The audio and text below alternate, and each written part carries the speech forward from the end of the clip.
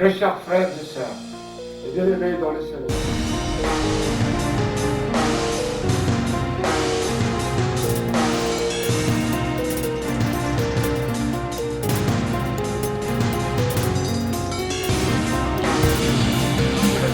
Frères et sœurs, avec le missionnaire en Jésus, aujourd'hui nous sommes avec vous, toujours avec l'évangélisation sur Radio TV Maison de la Vérité. Suivez-nous maintenant avec ce que Dieu a préparé pour vous pour aujourd'hui. Le missionnaire en Jésus, là où il y a la parole de Dieu, là où il y a la vérité, là où il y a Maison de la Vérité, là où il y a le missionnaire en Jésus. Avec votre équipe, le missionnaire en Jésus, et Papa Constant et Maman Esther. Là, vous êtes sœurs. Je suis là où il y a la vérité. Nous, Maison de la Vérité,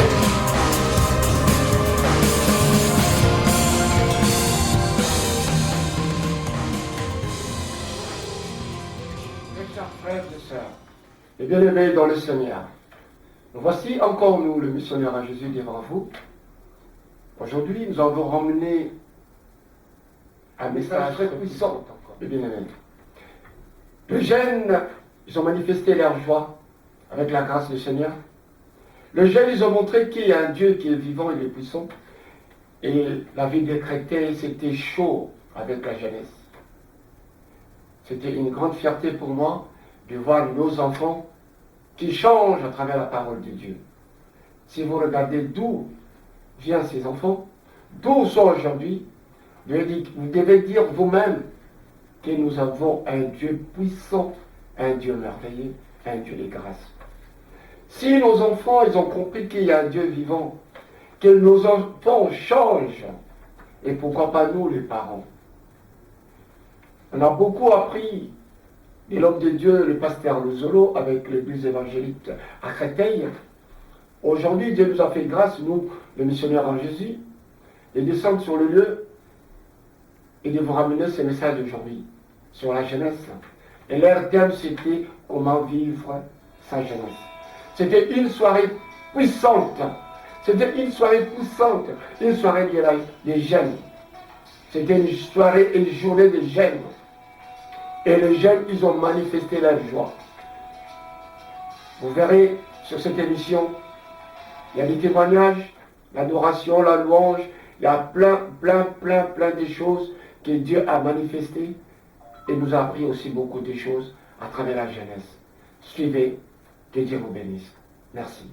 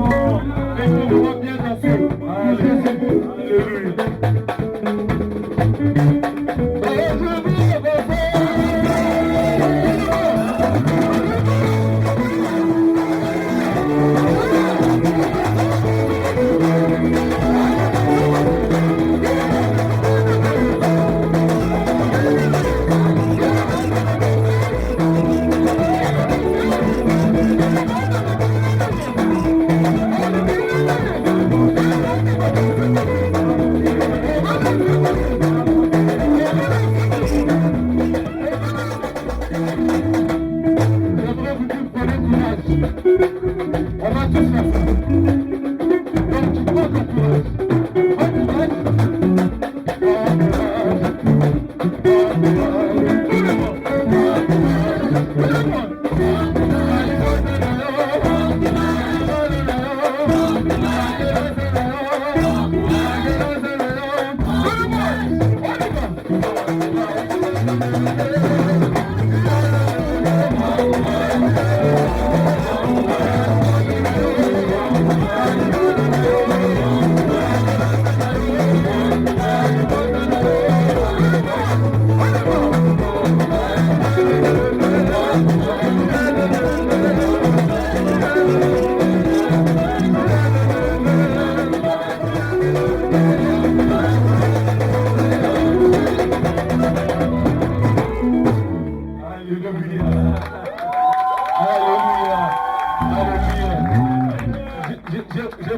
Que les frères sortent tout. Alléluia.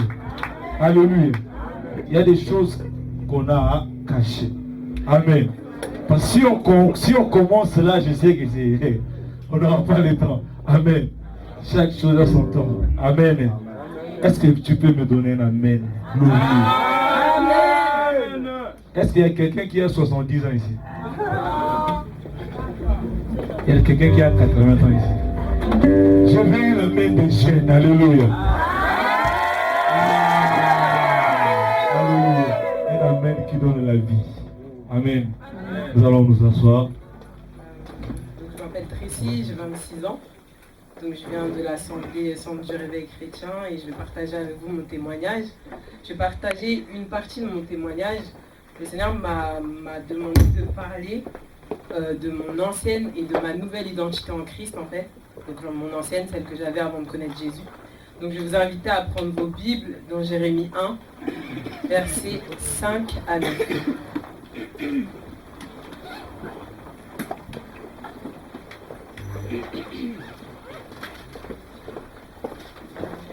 Avant que tu sois formé dans le ventre de ta mère, je te connaissais. Et avant que tu fusses sorti de ton sein, je t'avais consacré. Je t'avais établi prophète des nations. Je répondis, ah Seigneur éternel, voici je ne sais point parler car je suis un enfant. Et l'Éternel me dit, ne dis pas je suis un enfant. Car tu iras vers tous ceux auprès de qui je t'enverrai et tu diras tout ce que je t'ordonnerai. Ne les crains point, car je suis avec toi pour te délivrer, dit l'Éternel. Puis l'Éternel étendit sa main et toucha ma bouche, et l'Éternel me dit, voici je mets mes paroles dans ta bouche. Amen. Amen. Donc, je viens de Metz à la base, du 57. Donc j'ai grandi avec ma mère, mes parents sont divorcés. On n'a jamais spécialement souffert de la séparation parce qu'on voyait souvent mon père. Mais le fait que j'ai grandi avec ma mère, en fait, ça a fait naître en moi, en fait, un sentiment que j'étais un peu comme un garçon parce que j'ai vu ma mère faire tout comme les hommes, en fait. Ma mère répare sa voiture, ma mère fait des trous dans les murs, ma mère monte des armoires, déplace des meubles. Donc ça veut dire qu'on a compris qu'on n'avait pas besoin d'un homme pour survivre, en fait. Donc, à cause de ça, j'ai commencé à devenir un peu un garçon manqué. Sachant que ma mère était aussi garçon manqué dans sa jeunesse, donc c'est un garçon m'embêtait, elle me conseillait de me battre, des choses comme ça. Donc ça fait que j'étais le genre de fille qui se battait qu'avec des garçons. Dans ma vie, j'ai dû me battre, depuis vraiment ma tendre enfance, j'ai dû me battre une seule fois avec une fille, mais sinon j'avais que des garçons, toujours des garçons. Et en grandissant, ça a fait naître en moi vraiment encore plus le désir de prouver aux garçons que moi, j'avais pas besoin d'eux en fait. Mais inconsciemment, j'avais très besoin d'eux parce que j'étais vraiment beaucoup dans l'impudicité en fait. J'avais vraiment ce désir de plaire aux garçons. Et en fait, ça arrivé dans ma vie après que j'ai eu une relation avec un garçon qui a duré 3 ans. C'était une relation assez bien, tout s'est bien passé. Mais après ces 3 ans, je suis sortie avec mon meilleur ami et il m'a fait vraiment du mal en fait. Et le mal qu'il m'a fait a fait naître en moi un désir de faire du mal moi aussi aux garçons. Mais comme j'avais ce besoin d'être attachée aux garçons, donc j'ai commencé à me dire pour pas tomber amoureuse, il faudrait que je change de copain tout le temps. Donc je suis venue vivre à Paris. Donc à Paris, la vie est totalement différente qu'en province. En province, vous faites quelque chose, tout le quartier est au courant, toute la ville est au courant. Et là, ici, je pouvais faire ce que je voulais. J'ai commencé à faire vraiment n'importe quoi et fréquenter des garçons, sur garçons, sur garçons, sur garçons. Quand je dis sur garçon, vous pouvez continuer à sur garçon. Vraiment, j'ai vraiment été la dépendance à la sexualité. Vraiment, la fornication, c'était toute ma vie. Jusqu'à ça m'a amené à même, en une semaine, je pouvais avoir 2 garçons différents. C'était vraiment, j'avais vraiment ce besoin-là. Et même en sortant avec un garçon, j'avais quand même besoin d'aller voir d'autres garçons parce que je me disais de toute façon, il va me tromper, donc autant le tromper moi. Donc, j'ai commencé vraiment à rentrer dans des choses comme ça. Et toujours avec ce besoin de montrer aux garçons que je n'ai pas besoin d'eux. Donc j'assumais totalement devant eux. Ça veut dire que ces garçons, quand ils étaient avec moi, ils savaient que j'étais une fille comme ça. Et en fait, ça n'a jamais dérangé, jamais on m'a insulté en fait. Donc pour moi, ce que je faisais, c'était normal. Jusqu'à sur Internet, en fait, j'avais monté une popularité avec ce côté impudique et aussi ce côté méchanceté parce que j'étais une personne vraiment qui aimait faire du mal aux gens. C'est-à-dire que si vous me faisiez un petit truc, je vous faisais la même chose en x10, x30, x40. Vraiment, je pouvais vraiment faire du mal et faire du mal aux gens, ça me nourrissait vraiment à l'intérieur. En fait, je me sentais bien quand quelqu'un me disait « Ah, à cause de toi, j'ai failli être en dépression. » On me l'a déjà dit, j'étais trop contente. Une fille avait quitté le BEP parce que je lui faisais la misère. J'étais trop contente. Vraiment, je me nourrissais de ça en fait. Et carrément même à ma mère, ça m'est déjà arrivé de la regarder droit dans les yeux et de lui donner un pic et vraiment pour voir en fait dans ses yeux que ce que je lui avais dit ça lui faisait du mal. Donc ça fait que vraiment en fait je pouvais regarder ma mère avec un petit sourire, vraiment le sourire mesquin là. Et je pouvais regarder ma mère comme ça et lui sortir le truc et rester comme ça devant elle et attendre de voir si les larmes allaient couler en fait. Vraiment j'avais une rage en moi, je ne sais même pas ça vient d'où. Je peux même pas vous dire d'où ça vient parce que j'ai même pas eu une vie difficile, mais comme ça en fait. Les choses de la vie qui ont fait que je les ai pris vraiment à cœur, qui a fait que tout d'un coup mon cœur s'est noirci. Et donc j'étais aussi quelqu'un de très orgueilleuse, j'étais danseuse et mon but c'était de devenir une star dans la danse. Et c'est aussi une des raisons pour laquelle je suis venue à Paris. Et vraiment, en fait, j'aimais qu'on me regarde. J'allais tout le temps en boîte de nuit. Vraiment, de 16 ans à 25 ans, j'allais en boîte de nuit, limite tous les week-ends. Ça veut dire les boîtes de nuit, je les ai faites dans tous les endroits de Paris, de province, de Londres, de New York. Vraiment, j'étais vraiment une fille qui aimait trop les boîtes de nuit et m'habillait en mini-short, mini-haut, etc.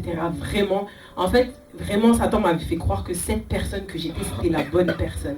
Sur Internet, j'étais devenue quelqu'un de connu parce que je m'amusais à faire des clashs avec des personnes qui avaient beaucoup de followers pour récolter tous leurs followers. Et je faisais du mal aux personnes, mais ça ne me dérangeait pas en fait. Au contraire, quand on me disait « je t'aime pas », ça me faisait trop plaisir parce que j'avais cherché en fait cette haine envers moi. Donc ça ne me dérangeait pas en fait. Et carrément avec des amis, on avait fait une team, on avait un nom sexuel.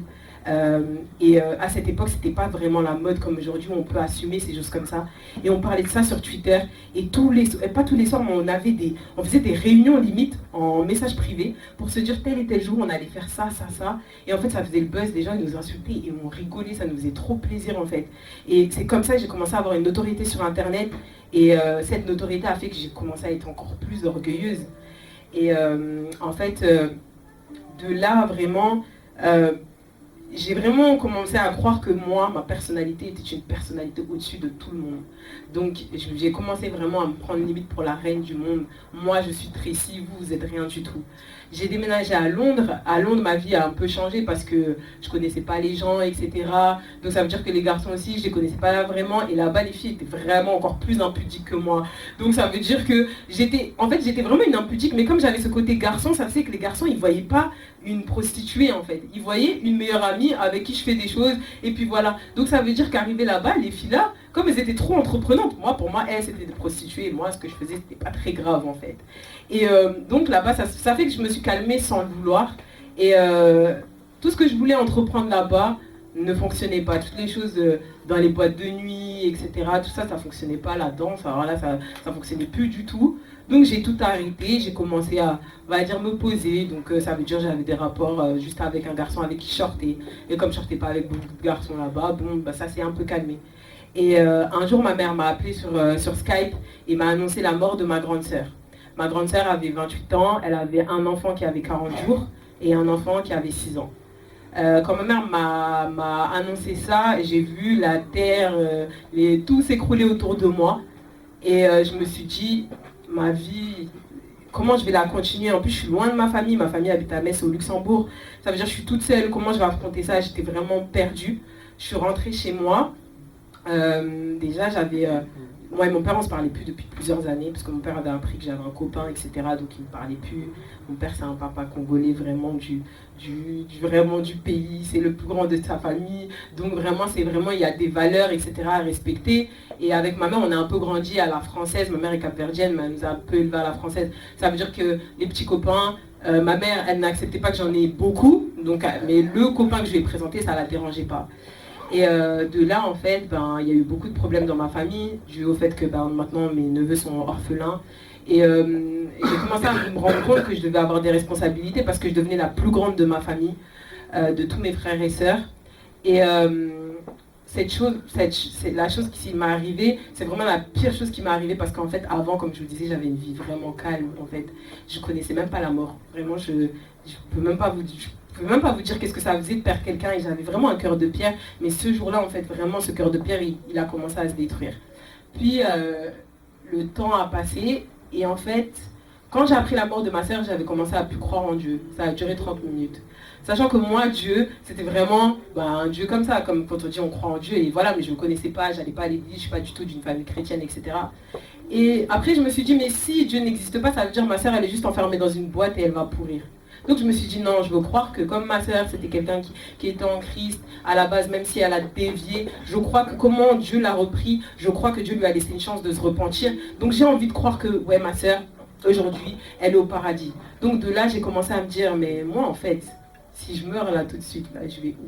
Et là, je me suis vraiment rendu compte que là, concrètement, j'allais en enfer. Parce qu'en fait, j'ai toujours su que ce que je faisais était contre la volonté de Dieu. Malgré que je ne connaissais pas Dieu, je savais que c'était mal tout ce que je faisais. Je savais que j'étais une mauvaise personne. Mais comme Satan m'avait vraiment murmuré, même pas murmuré, je pense qu'il m'avait crié à l'oreille. Il m'avait dit, assume qui tu es et tu es comme ça et c'est fini. Donc, pour moi, je me suis dit, bon, peut-être plus tard, je commencerai à chercher Dieu. Maintenant, cette épreuve a fait que mon cœur était tellement détruit que ma sœur qui est là, Whitney, qui est aujourd'hui ma meilleure amie, à l'époque je la connaissais de voyages qu'on avait fait. Et elle m'a parlé de Jésus. C'est elle qui a eu le meilleur message. En fait, toutes les personnes qui vous envoient des condoléances, toutes les personnes qui ont déjà perdu quelqu'un, vous savez que ça fait ni chaud ni froid en fait. C'est juste, on sait que les gens ils ont compassion, mais en fait ça remonte en rien. Et elle m'a parlé de Jésus, elle m'a dit donne ta souffrance à Dieu, etc. Je ne me rappelle pas exactement ce qu'elle m'a dit, mais à partir de ce moment-là, j'ai commencé à chercher un peu Jésus. Ça a duré 2 ans et demi, parce que j'ai la tête dure à la base, parce que maintenant ça va un peu.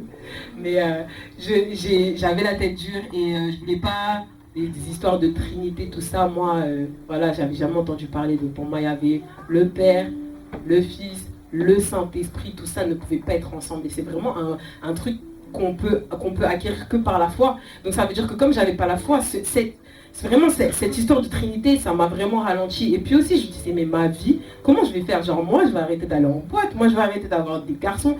Moi, Tracy, impudique comme je suis, je pourrais arrêter d'avoir des rapports sexuels jusqu'à ce que je rencontre un homme. Je me suis dit, c'est pas possible, en fait. Et plus j'avançais, et plus je disais, c'est pas possible, et plus Dieu enlevait des choses dans ma vie. Plus Dieu me montrait, mais tu vois, les boîtes de nuit, ça sert à rien. Mais tu vois, les garçons, ça sert à rien. En plus, ils te font tous du mal. Et j'ai commencé petit à petit à me rendre compte qu'il y avait trop de choses qui commençaient à partir de ma vie, et ça ne me dérangeait pas en fait. Et un jour, Dieu a utilisé un garçon qui, on va dire, qui se dit chrétien. Je ne sais pas si s'il aime Jésus mais qu'il n'a pas encore rencontré ou s'il était un peu rétrograde, mais on ne va pas dire qu'il m'a emmené dans le droit chemin. Malgré qu'il avait beaucoup de connaissances, qu'il allait à l'église, il a commencé à sortir avec moi, enfin à vouloir sortir avec moi. Il m'a ramené dans son église. Ce jour-là, j'ai rencontré le Seigneur. Je ne m'y attendais vraiment pas. Vraiment, je me disais que j'allais commencer à chercher Dieu. Et Dieu a fait grâce parce qu'il y a ma petite soeur qui est là et on a commencé à chercher Dieu en même temps sans s'être concerté. Et ma petite soeur, c'est comme ma soeur jumelle. Donc, on a vraiment tout fait ensemble. Donc, toutes les bêtises que j'ai faites, je la ramenais avec. Donc, quand Dieu m'a fait grâce de ça, je me suis dit, ah, c'est cool, on va commencer à chercher Dieu ensemble. Donc, on a cherché chacune de notre côté. J'ai rencontré le Seigneur. Ce jour-là, vraiment, tout s'est fait d'une manière surnaturelle. J'ai fait une prière du salut, je savais même pas ce que c'était. Quand on a appelé les personnes qui voulaient donner leur vie à Jésus, mon corps s'est levé tout seul.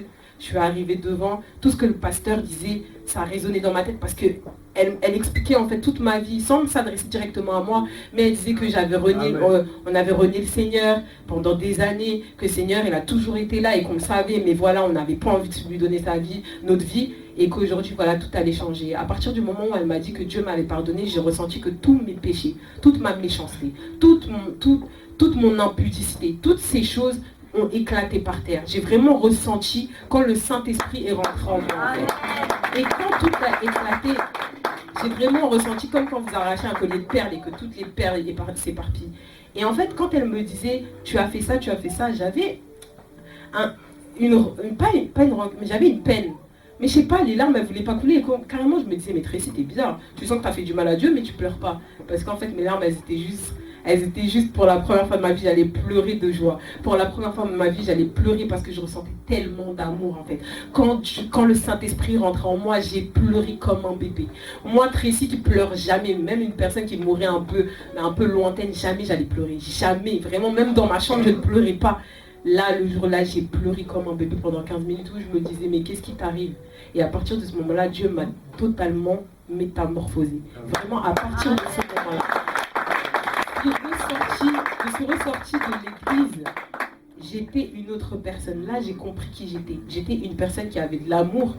Mon amour, il était dans mon cœur, mais juste que j'avais vraiment cette enveloppe noire, que Satan m'avait convaincu que j'étais une personne avec un cœur dur. Dieu a brisé mon cœur dur en cœur de chair. Vraiment, il l'a transformé. À partir de ce moment-là, l'impudicité, je n'ai jamais eu même l'idée un jour de retomber dans ces choses-là. Ce garçon, je suis sortie avec lui en pensant que si Dieu l'a utilisé, c'est sûrement l'homme de ma vie. Moi, je ne connaissais pas encore toutes ces choses de discernement, tout ça, qu'il fallait prier pour savoir si...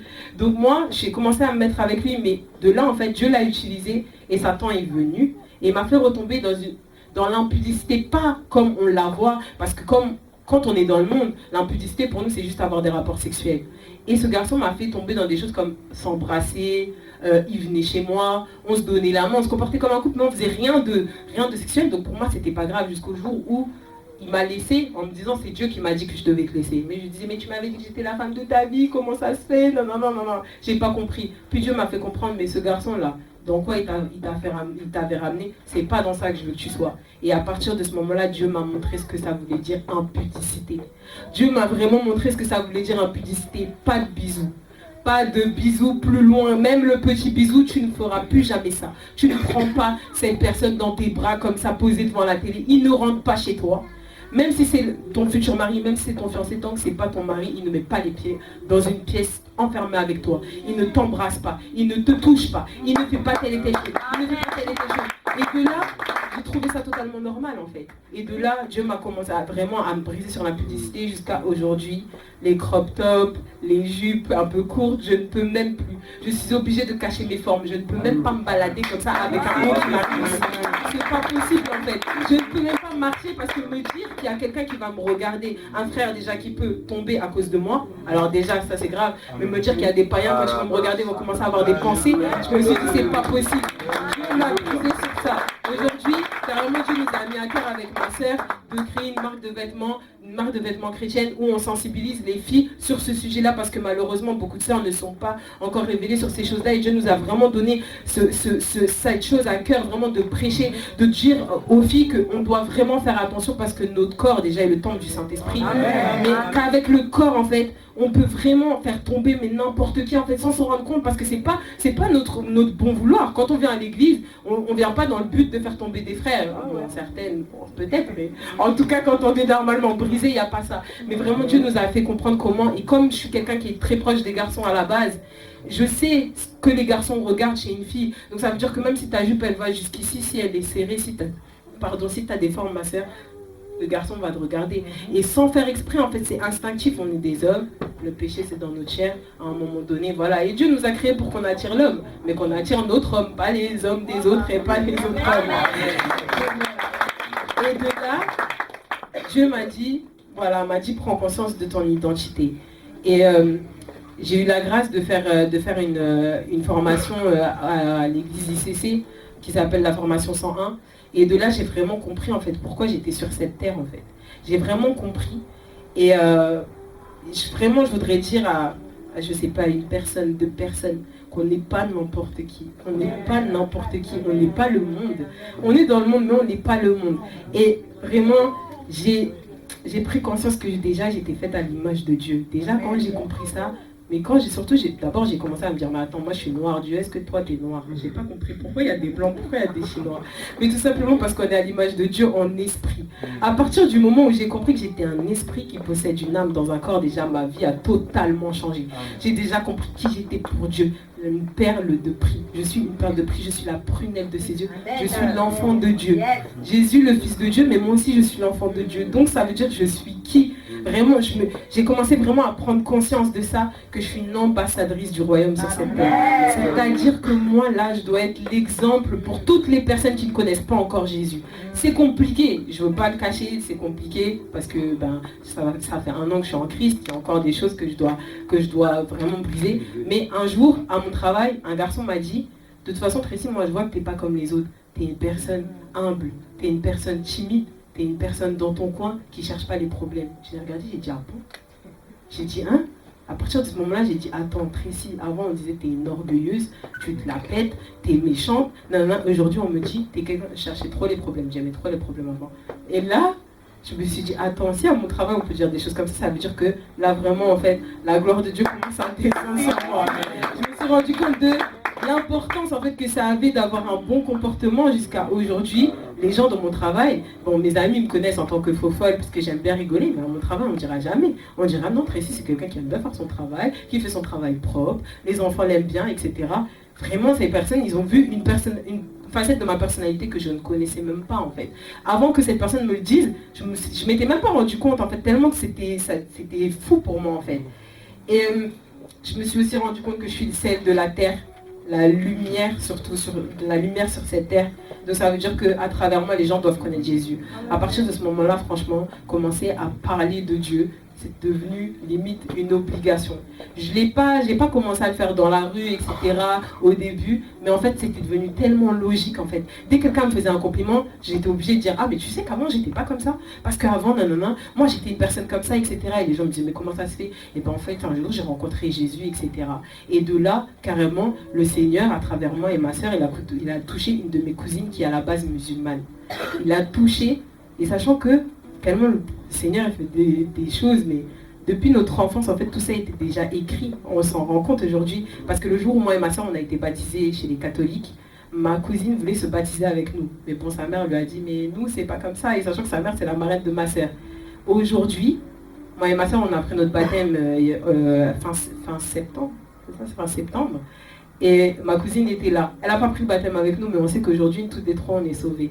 Les 3 petites sœurs là qui étaient ensemble, on faisait tout ensemble, vraiment tout. Le jour de notre baptême, quand elle voulait vraiment se baptiser, en fait, le Seigneur avait juste montré que par vous là, un jour, elle-même, elle va me connaître.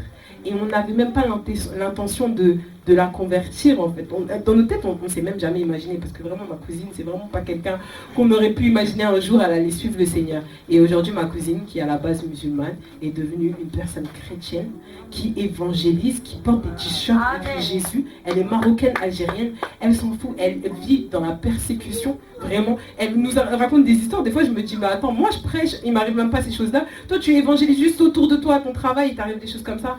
Et elle est là, elle s'accroche à Jésus. Vraiment, elle s'accroche à Jésus. Et carrément, la dernière fois, elle a essayé de tenter de délivrer son mari. J'ai été vraiment choquée. Vraiment, nous 3 là, on était choqués. On s'est dit, mais comment t'as fait ça? Elle a dit, ouais, il était malade. Et elle était là, elle a commencé à chasser des choses, tous les esprits au nom de Jésus. On s'est dit, waouh, carrément, ça, c'est ma cousine. Elle, là, je me suis même retrouvée au poste de police à cause d'elle, parce qu'elle avait tapé quelqu'un et c'est moi qui ai pris. Donc pour vous dire, c'était vraiment pas une sainte. Et donc voilà, mais aujourd'hui, on est des saints. Notre corps, c'est le temple du Saint-Esprit. Ça veut dire Jésus vit en moi. Ça veut dire que aujourd'hui, je ne suis pas n'importe qui. Donc si je ne suis pas n'importe qui pour Dieu, j'aimerais juste qu'une personne dans la salle se pose la question, si je ne suis pas n'importe qui pour Dieu, qu'est-ce que je suis pour Satan? Voilà, soyez bénis.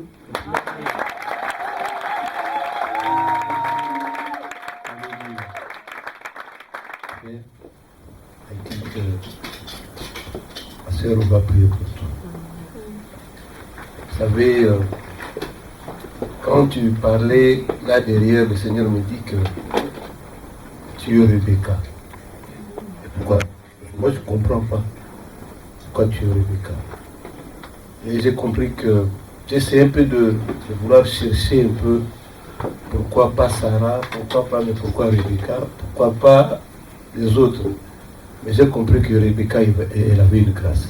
Vous savez, le jour où on avait envoyé Eliezer pour aller chercher la femme pour Isaac.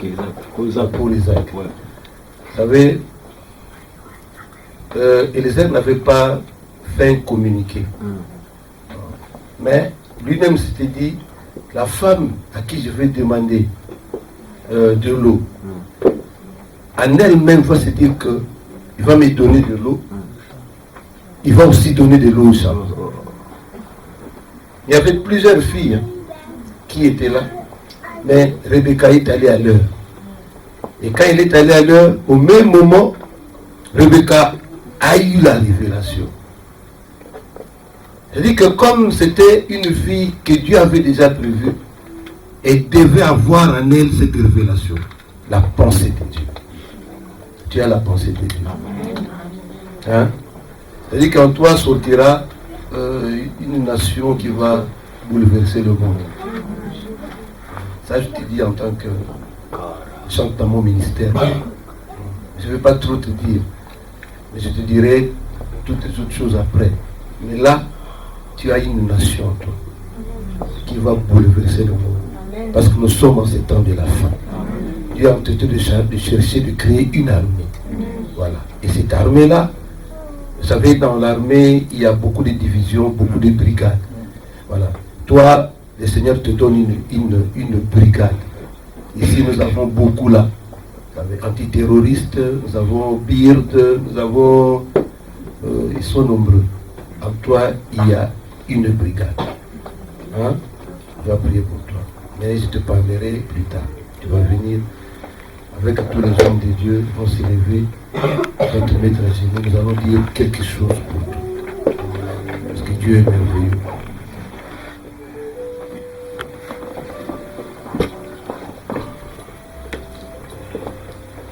Nous avons un message ici que Dieu nous a donné. La pluie est en train de tomber.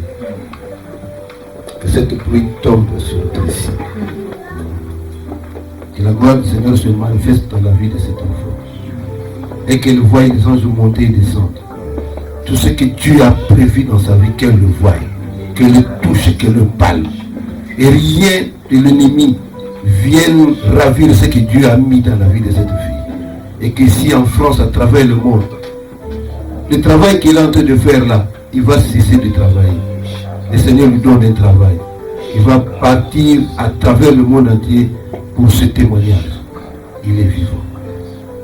Élevons notre voix pour prier. Prions. Jéhovah, tu es dit. Seigneur, c'est pas évident. Nous recommandons précis entre tous Je viens prier pour toi. Yahweh, notre Dieu. Il y a des rencontres qui sont, Seigneur, la vie des gens. Il y a des rencontres, Seigneur Jésus, que tu autorises, Seigneur Jésus, pour amener, Seigneur Jésus, quelqu'un, pour qu'elle atteigne sa destinée. Yahweh, précis a une destinée. Nous demandons maintenant, Seigneur, que cet enfant, Seigneur, Yahweh, mon Dieu, atteigne sa destinée. Cette pluie qui tombe sur moi, Seigneur, Yahweh, mon Dieu, roi. Cette parole a bouleversé le cœur de tes enfants, Seigneur Jésus. Yahweh, ça a bouleversé aussi mon cœur. Est-ce que Père, Seigneur, que ta grâce commence, Seigneur, merci. Travailler, faire pour la volonté de cet ange. Pasteur,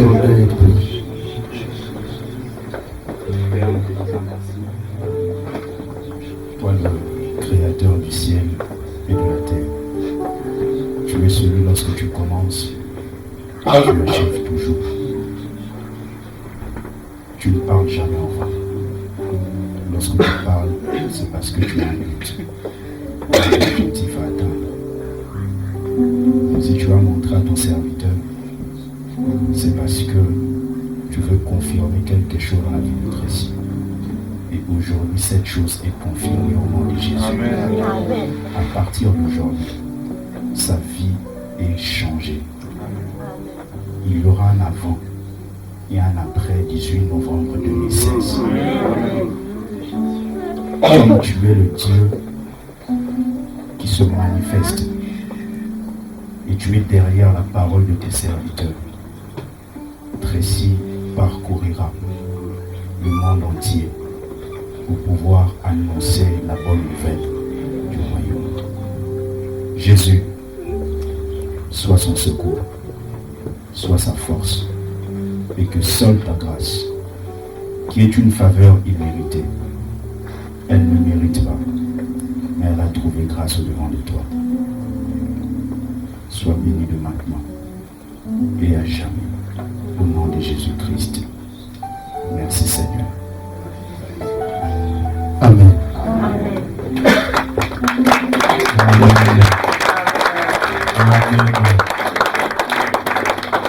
C'est bien, n'est-ce pas?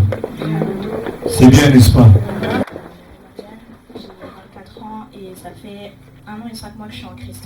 Je vais être honnête avec vous, lorsque ma soeur Whitney m'a dit que j'allais devoir témoigner, j'ai directement dit oui, mais je ne savais pas pourquoi. Et jusqu'à présent, je ne sais pas pourquoi. Parce qu'en fait, l'Esprit ne voulait pas que je planifie déjà ce que j'allais dire. Avant, l'Esprit me disait directement, là, dans ton assemblée, tu vas témoigner sur ça, sur ça. Mais là, il m'a montré plein de choses à la fois. Il m'a montré en fait l'importance de se faire violence. À peine hier, je faisais un footing et en fait, je m'étais défini un nombre de kilomètres précis que je voulais faire. Mais je ne l'ai pas fait comme d'habitude. Ça veut dire que j'avais pris un sac avec moi. Je suis quelqu'un qui a très mal au dos. Et quand j'ai commencé à courir ne serait-ce que 2 mètres, j'ai dit non Seigneur, je ne vais pas y arriver. Mais après, je me suis mis un défi.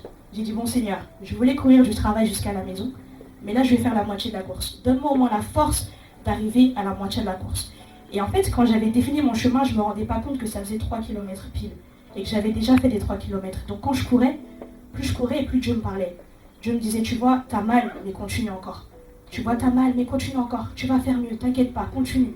Et en fait, quand je suis arrivée au bout de ma course, je me suis rendu compte que malgré que j'avais ce poids qui me faisait mal, j'ai fait mieux que toutes mes autres courses. C'est-à-dire que mon temps était encore meilleur qu'avant.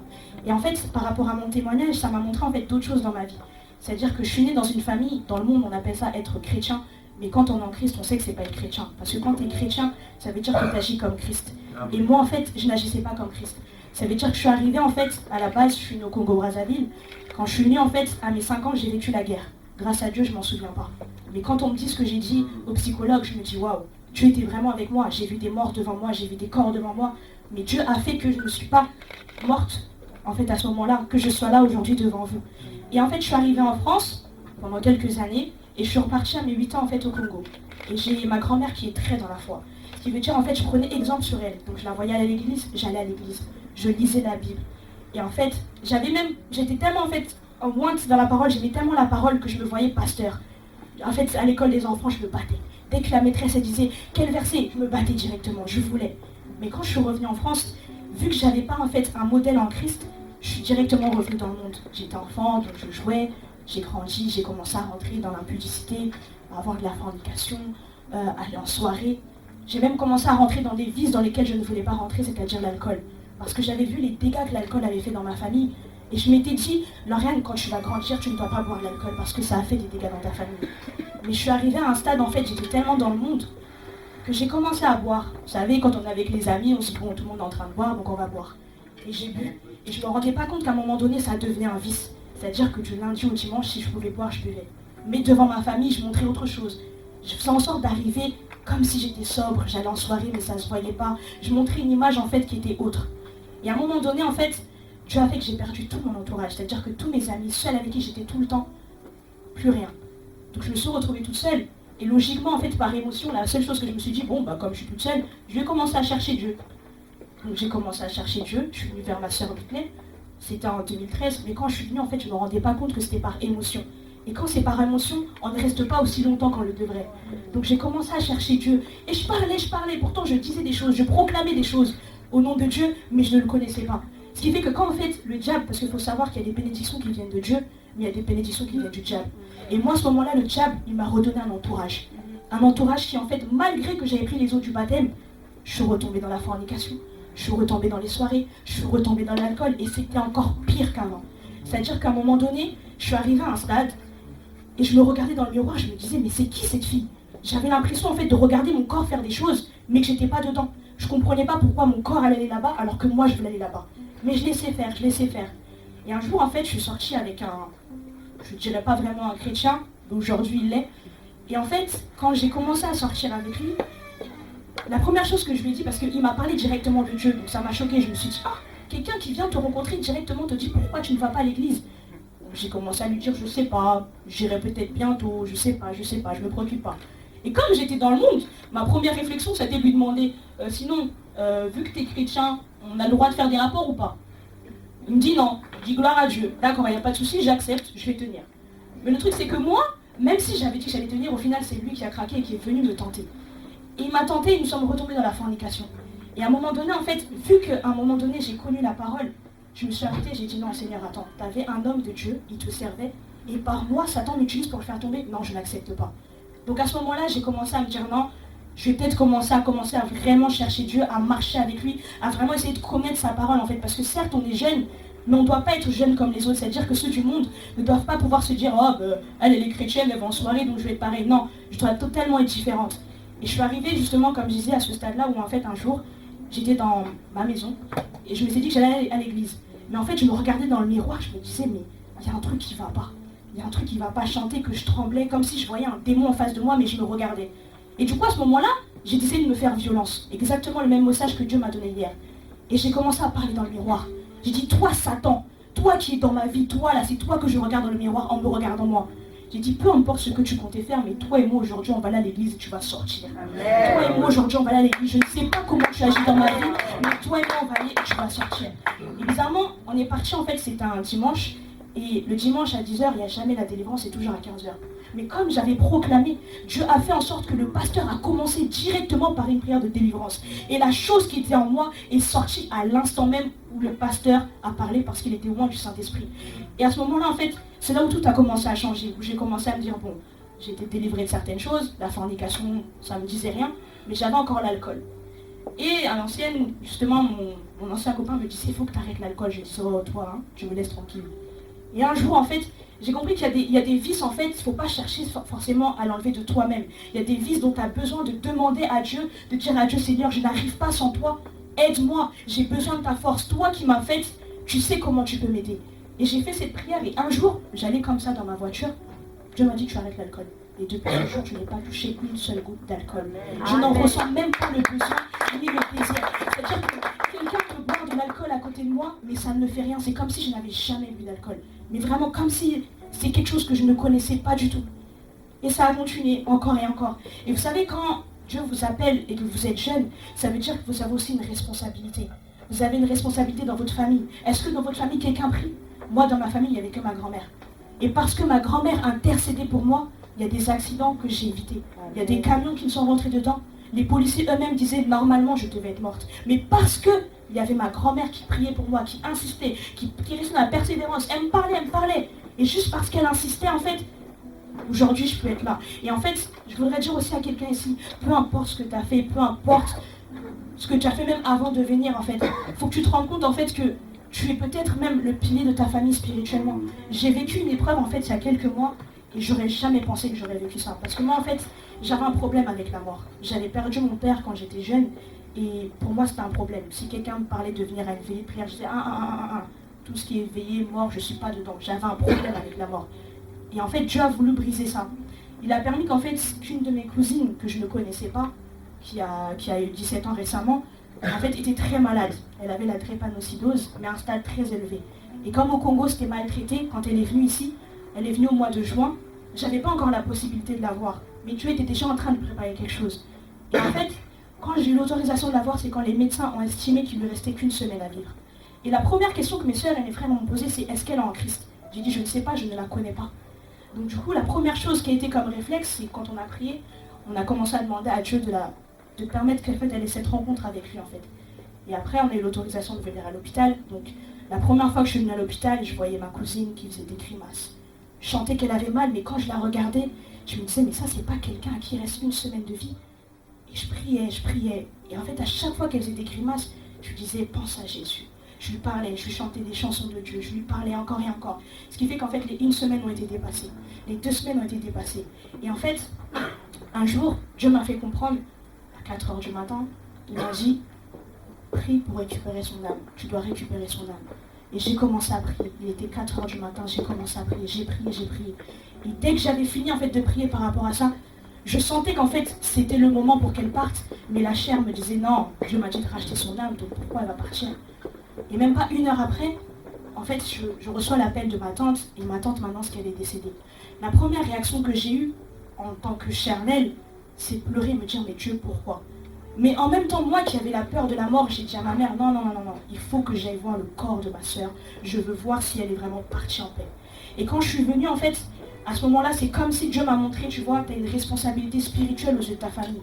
C'est-à-dire que tous ceux qui étaient aînés regardaient à moi. Si moi je restais debout, ils restaient debout. Donc je suis rentrée, j'ai vu le corps de ma petite sœur. Et la première phrase que j'ai dit, c'est tu es partie en paix, merci Seigneur. Et ma famille me regardait, me disait, mais comment une enfant, elle est là, debout devant un corps, et elle ne pleure pas, elle reste calme. Et je commençais en fait, sans m'en rendre compte, en fait, à parler de Dieu à ma famille. Là, ce n'est qu'une enveloppe charnelle, elle a accepté Jésus, elle est partie. Parce qu'il faut savoir que même les médecins ont témoigné, parce que les médecins nous ont remerciés pour nos prières. Les médecins ont dit que c'est nos prières qui ont permis qu'elle parte en paix. Parce qu'elle s'accrochait, elle avait encore cette peur de partir. Et vous savez, quand on n'a pas Jésus, on a peur de tout. Mais quand on a Jésus, on a peur de rien. Vous voyez, les gens aujourd'hui, ils paniquent à cause de Trump. Moi, quand j'ai vu Trump, je me dis, mais c'est qui? Moi, j'ai Jésus. Jésus, c'est lui qui me tient. S'il a permis que, malgré tous les accidents que j'aurais dû avoir, j'ai fait partie de la guerre, mais rien ne m'a touché, aucune égratignure, je ne m'en souviens même pas. Alors pourquoi moi je vais paniquer si j'ai Jésus?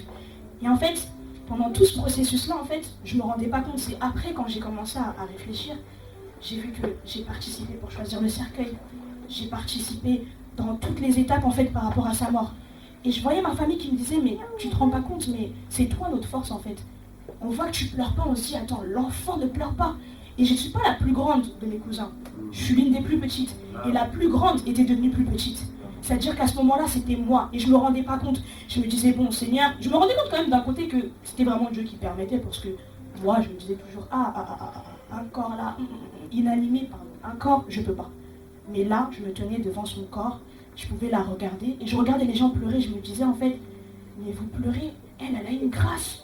Elle est partie avec le salut éternel. Nous, on est là encore aujourd'hui. Est-ce qu'on sait si là on sort, est-ce qu'on va partir avec Christ? On ne sait pas. Est-ce que vous menez une vie droite? Parce qu'en fait, il y a une histoire que j'aime beaucoup, que j'avais entendue un jour d'un pasteur. Il disait en fait il y avait un mur. Et sur un mur, il y avait un homme. Et en fait, à gauche du mur, il y avait des anges. Et à droite du mur, il y avait Satan. Et cet homme voyait qu'à gauche, en fait, il y avait des anges qui l'appelaient. Viens, viens, viens. Il regarde à droite. Satan ne dit même pas un mot. Et au bout de 5 minutes, il dit à Satan, mais les anges sont en train de m'appeler, mais pourquoi toi tu ne m'appelles pas? Et Satan lui dit, tout simplement parce que le mur sur lequel tu es le mien. Tout simplement ça veut dire en fait que il n'y a pas de juste milieu avec Dieu. Soit tu es avec Dieu, soit tu es avec Satan. Il faut arrêter de se leurrer. Tu ne peux pas être en couple avec quelqu'un, être dans la fornication et dire que tu es avec Dieu. Non, tu es avec le diable. Accepte, assume. Il faut apprendre à te faire violence. Je sais, on est dans une génération dans laquelle les jeunes nous disent « Ah, toi tu n'as pas de rapport sexuel, mais tu connais rien. Ah, toi il n'y a pas ceci. » Mais si, moi je connais la paix. J'ai vu que je n'ai pas besoin de faire les choses du monde pour être en paix, pour être dans la joie. Je peux ne rien faire de ma journée, mais juste parce que j'ai prié, juste parce que j'ai conscience que j'ai Jésus dans ma vie, je suis dans la joie. Et des fois, j'ai envie de le prier, j'ai envie de marcher en fait. J'ai envie de marcher devant et dire « Non, Jésus agit. Jésus, j'ai envie de parler à tout le monde. » Et des fois, inconsciemment, je le fais au travail, comme a dit Tracy. Au travail aussi, on doit montrer qu'on est différent. C'est-à-dire qu'au travail, tous mes collègues ils disent des gros mots. On a en ce moment un projet qui met du temps. Et ils me regardent, ils disent tous, ah mais Lauriane, tu dis jamais de gros mots. Je dis, mais pourquoi je vais dire des gros mots? Qu'est-ce que ça va changer? Et en même temps, ils voient aussi que je suis la seule qui produit plus.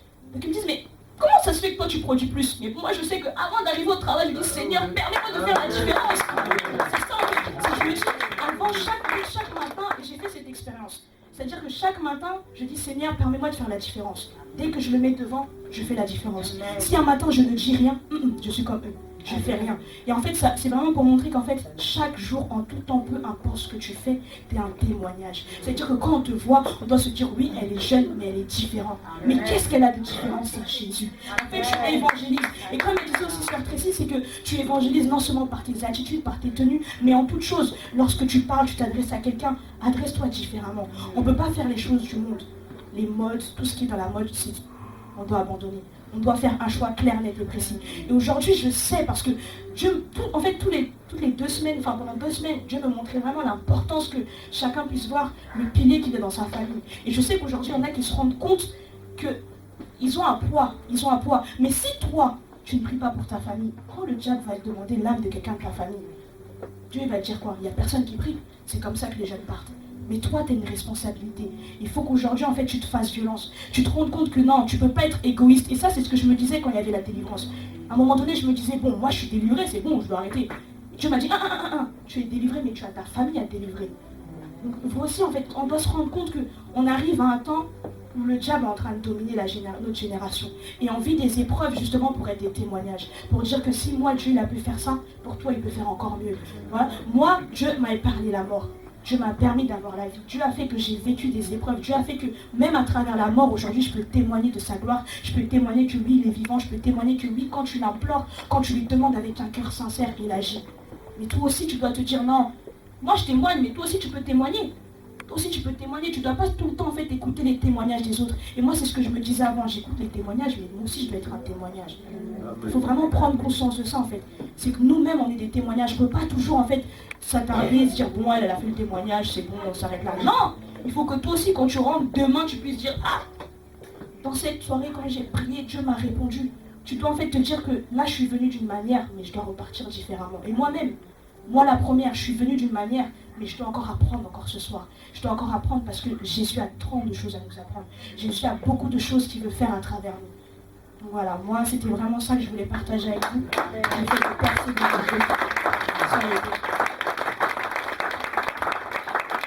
Alléluia. Alléluia. Il fait toutes bonnes choses en son temps. Alléluia. Ce que je voulais dire, donc, je suis un jeune qui est né au Congo. Je suis arrivé en France, j'avais, je pense, 3 ans. Non, 4 ans. Et avant de venir en France, ce qui m'était arrivé, c'est que j'étais exposé au sexe à 4 ans, avant de venir en France. Donc le diable a envoyé une femme, une jeune femme qui m'a envoyé en gros, oh va, donne-moi tu veux que je te montre quelque chose? Je dis ouais, j'étais petit, je lui dis oui, je veux bien. Elle me dit, ah si tu veux que je te montre quelque chose, va me prendre des galettes. Donc ma grande sœur vendait des galettes, je suis allé, je les ai volées, il y en a, elle est tombée, donc j'étais paniqué, je me disais, oh, on va me montrer quelque chose, je l'ai ramassé, je l'ai emmené, je lui ai dit, celui-là, elle est tombée. Elle m'a dit, il n'y a pas de souci, elle a soufflé, elle m'a emmené dans des bois. Elle m'a emmené dans des bois. Maintenant, elle m'a dit, attends, je vais te montrer quelque chose. Elle a commencé maintenant à me montrer son corps, ses parties, me faire toucher.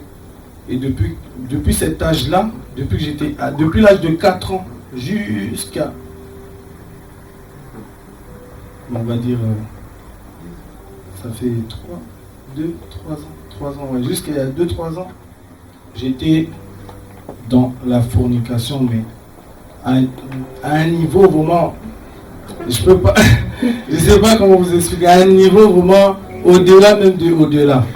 Donc, j'étais arrivé à un niveau où j'avais commencé à, comment ça s'appelle, j'avais vu que j'avais, à l'âge de 6 ans, j'avais vu que j'avais la grâce de Dieu. C'est-à-dire ma mère chantait à la maison et je m'étais, donc c'est pas facile de chanter. Mais à l'âge de 6 ans, j'arrivais à coller ma voix pour que... Et ma mère me disait, oh, tu as la grâce de Dieu, viens chanter, mais j'y allais jamais. Et je sais pas c'est quoi qui me faisait fuir, mais pourtant, j'aimais bien chanter.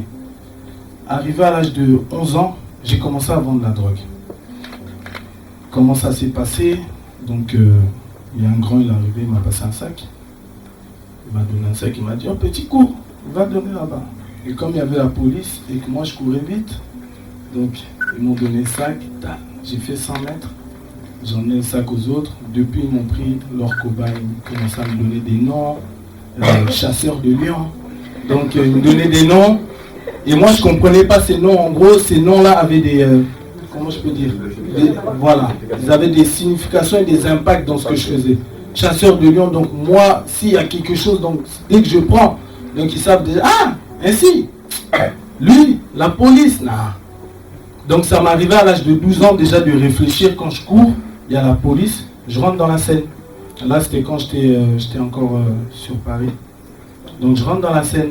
Je sors, je sens les excréments, mais je m'en fous. Donc tant qu'on ne m'a pas arrêté, je dois emmener les sacs. J'emmène le sac, on me donne mon argent. Et quand on me donnait mon argent, j'étais un petit, mais j'étais content.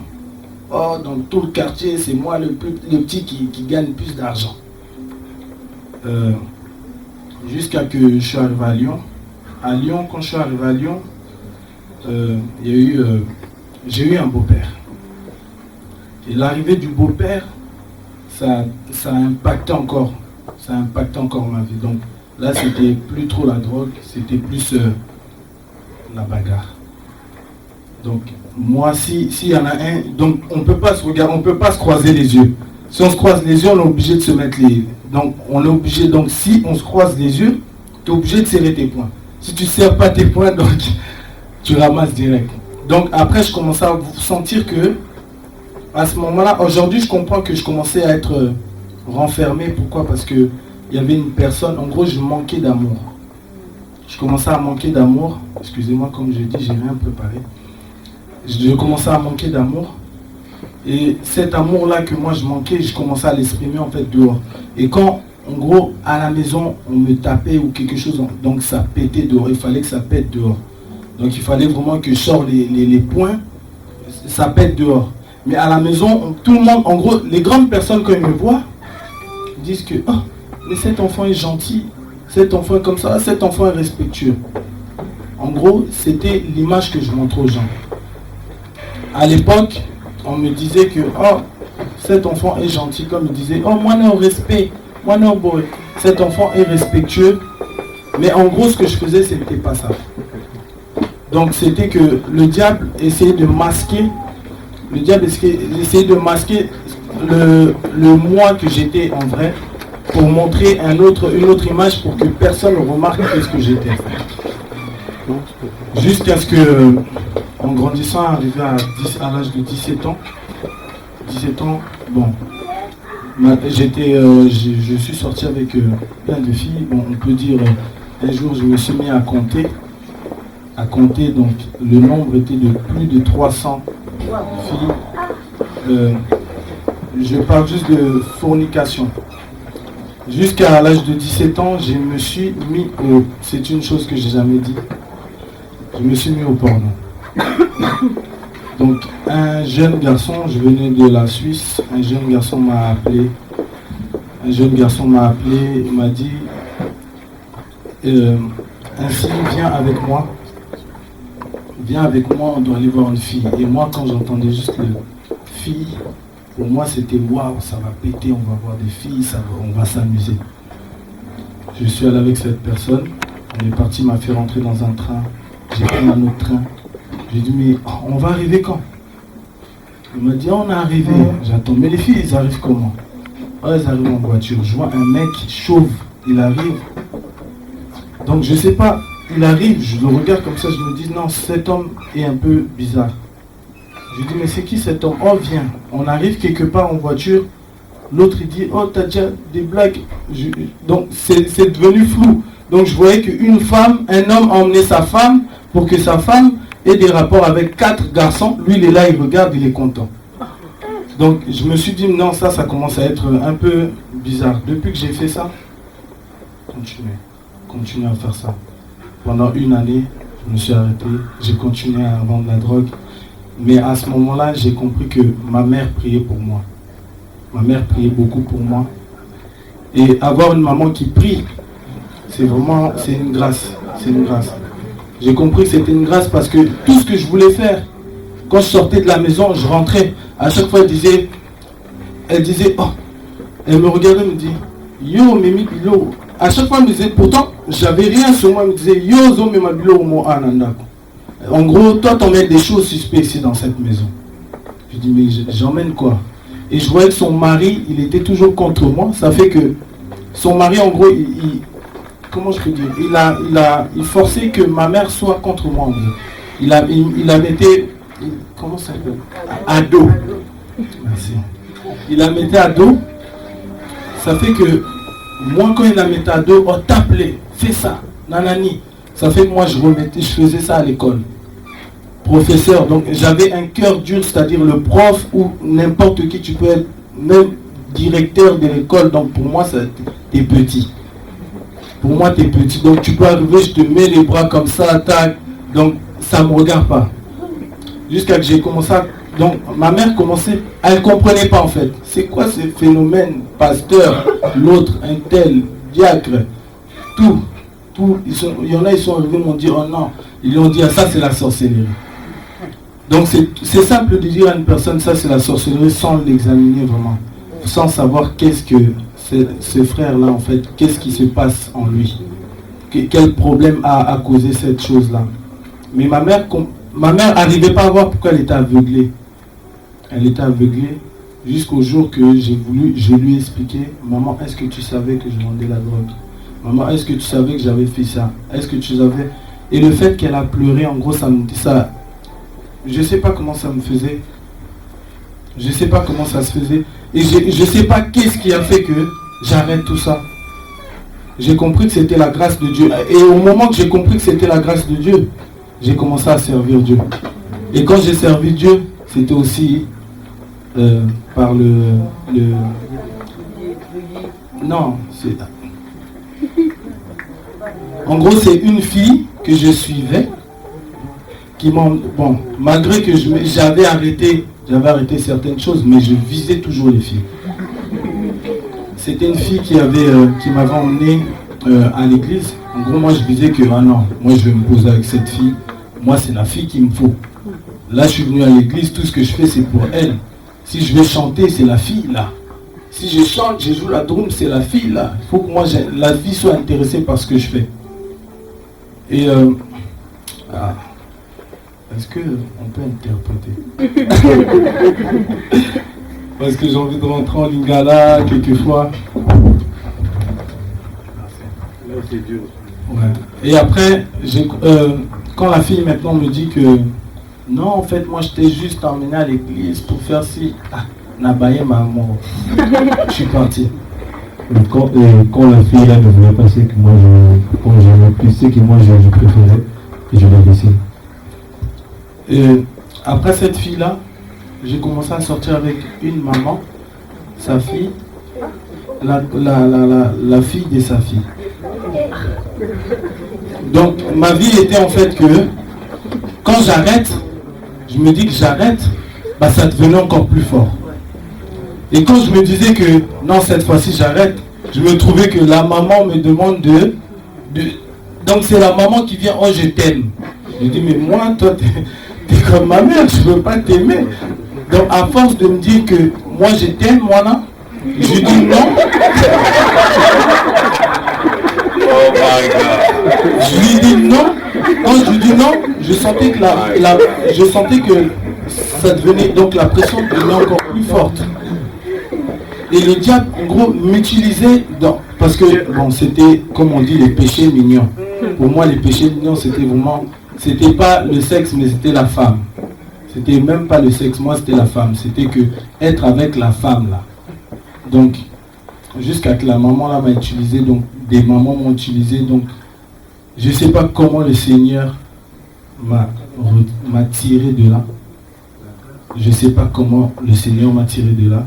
Aujourd'hui, je sais que je suis sorti. Mon témoignage, c'est... En fait, je voulais vous expliquer ça. Bon, c'est une grande histoire, bien sûr. Je voulais être juste bref. Le témoignage, c'était pour vous dire que malgré tous les problèmes, malgré toutes les circonstances de la vie, Jésus est toujours là pour toi. Il peut te retirer, toi qui étais dans on va dire que tu marchais dans la rue, tu t'attendais les garçons venir, tu t'étais une prostituée, comme on dit. mais Dieu ne te délaissera jamais. Donc il ne laisse pas. Regarde, moi je suis passé par la drogue, le sexe. Il y en a trop. Il y a trop. Mais le porno, tout ça, mais aujourd'hui Dieu m'a racheté. Et aujourd'hui je chante pour sa gloire. Pour dire que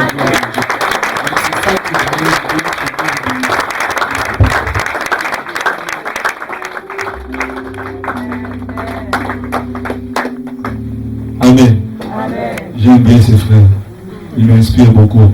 Amen. Un message très puissant et bien aimé. Les jeunes, ils ont manifesté leur joie avec la grâce du Seigneur. Les jeunes, ils ont montré qu'il y a un Dieu qui est vivant, il est puissant. Et la vie des chrétiens, c'était chaud avec la jeunesse. C'était une grande fierté pour moi de voir nos enfants qui changent à travers la parole de Dieu.